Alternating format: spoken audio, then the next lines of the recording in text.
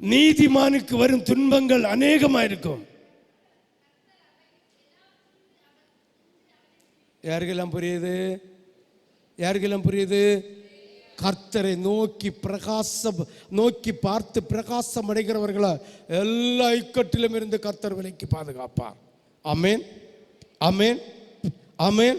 பாப்பாரா பார்க்க மாட்டாரா? ஹல்லேலூயா. 29 வாசித்தியா? 19 வாசித்தியா? 20 வாசி. அவருடைய எலும்புகளை எல்லாம் பாதுகாப்பார், ஒன்று கூட முறிக்கப்படாது. யாருக்கு முகத்தை? யாருக்கு எலும்பு?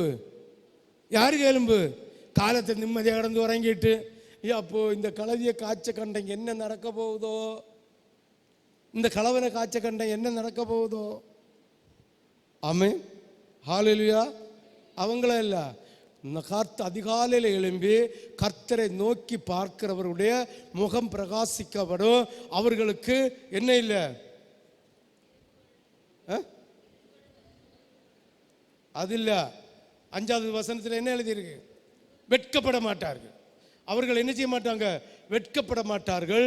இந்த வெட்கப்படாம இருக்கும்படி கர்த்தர் நீதிமானே, அதாவது கர்த்தரை நோக்கி பார்த்த பிள்ளைகளுக்கு எல்லா தீமையிலிருந்து அவர் விலக்கி பாதுகாப்பார்.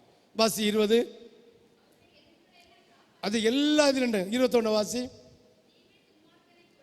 கொல்லும் கொல்லும் தீமை.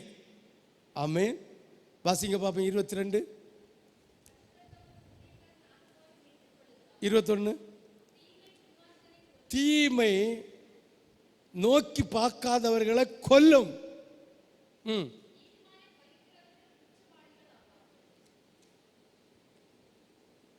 நீ நோக்கி பார்த்தது உண்டானால், உன் முகம் பிரகாசம் அடைஞ்சது உண்டானால், உன்னை ஒருத்தன் குற்றவாளி ஆக்கினா கர்த்தர் அவனை நிர்மூலமாக்குவார்.